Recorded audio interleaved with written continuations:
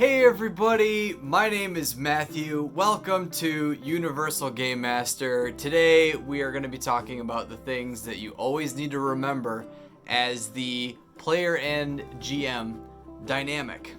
And these are just some things that we all got to keep in mind as we all enjoy these role-playing games that we are a part of. The first, of course, is communication is key. You got to talk to each other. Before a campaign gets off the ground, as a game master, you need to make sure that they have an idea of what your world is going to be like, what they can expect as they play these games, and the type of character that would suit well in the type of world that you are going to be running. And as a player, you need to be telling your game master, this is the type of character I would like to be playing. How can I make this fit the world and the story in an appropriate manner? As a player, you have an incredible amount of power on what your games are going to look like. If you like something that the GM does, make sure you let them know that so that they can keep giving that to you in the future. Players, if the game master did something that was cool, make sure you let them know that so that you can see more of that in the future. If there was a cool combat encounter that happened, or there was just this really cool exploration that took place during the game, make sure you let them know, hey, I really like that. I'd love to see more of that.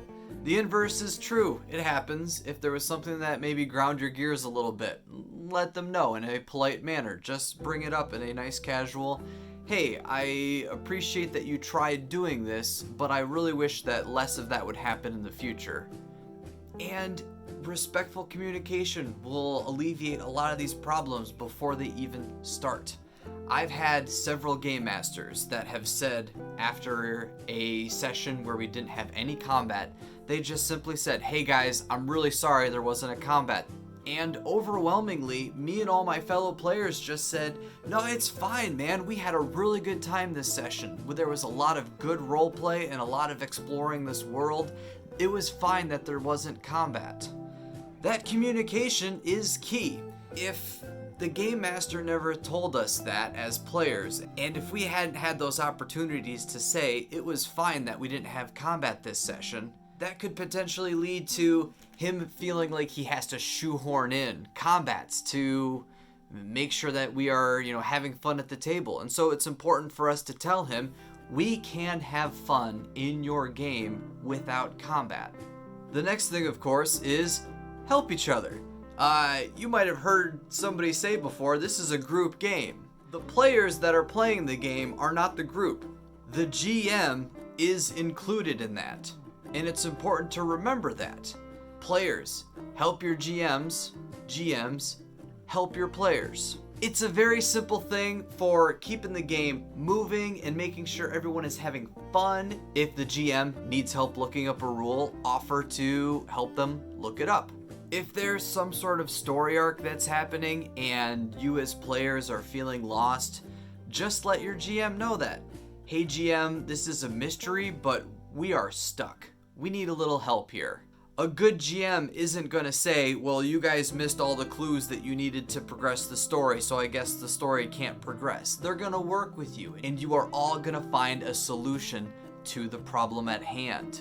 I know that I have certainly been guilty of this in the past, but as a GM, feeling like you have to take the burden of a lot of what is happening at the table. You don't. Ask your players to help you roll damage dice for friendly NPCs, or ask the players to help run NPCs, or ask them to help you world build.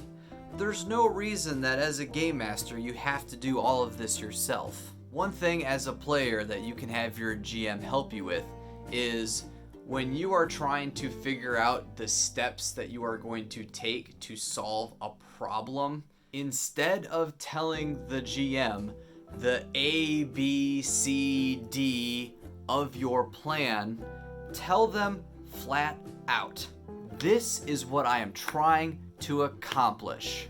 Let me know if there is an easier way that I can get to this solution. Like I said, I'm going to be brief about it here, but I refer to this as mousetrapping. When As a player, you are telling your game master, I'm gonna do this, and then I'm gonna do this, and I'm gonna do this, and as you are doing these steps, everybody at the table, the GM included, is kind of lost in where you're going with everything. Don't try to be secretive about what you're doing. That's not productive. Tell the game master what you are trying to accomplish, and they will help you get to your final goal. The last thing that I'm going to be touching on today is something that is very simple, but I know that I need to remind myself this. Trust one another. This is a game we're playing, and the whole thing runs on trust.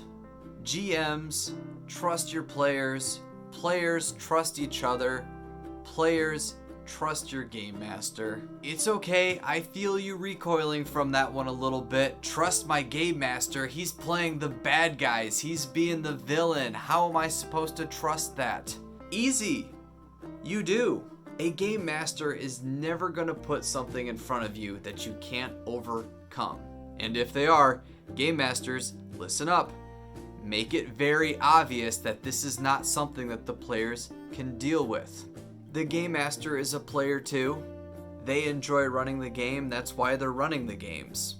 Rocks fall and everybody dies shouldn't be fun for anybody.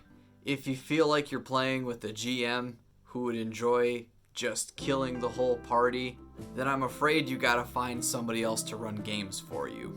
I mean, it kind of already goes with everything I've been saying so far, but just a reiteration. Be honest. Everything will run more smoothly if everybody is honest with each other.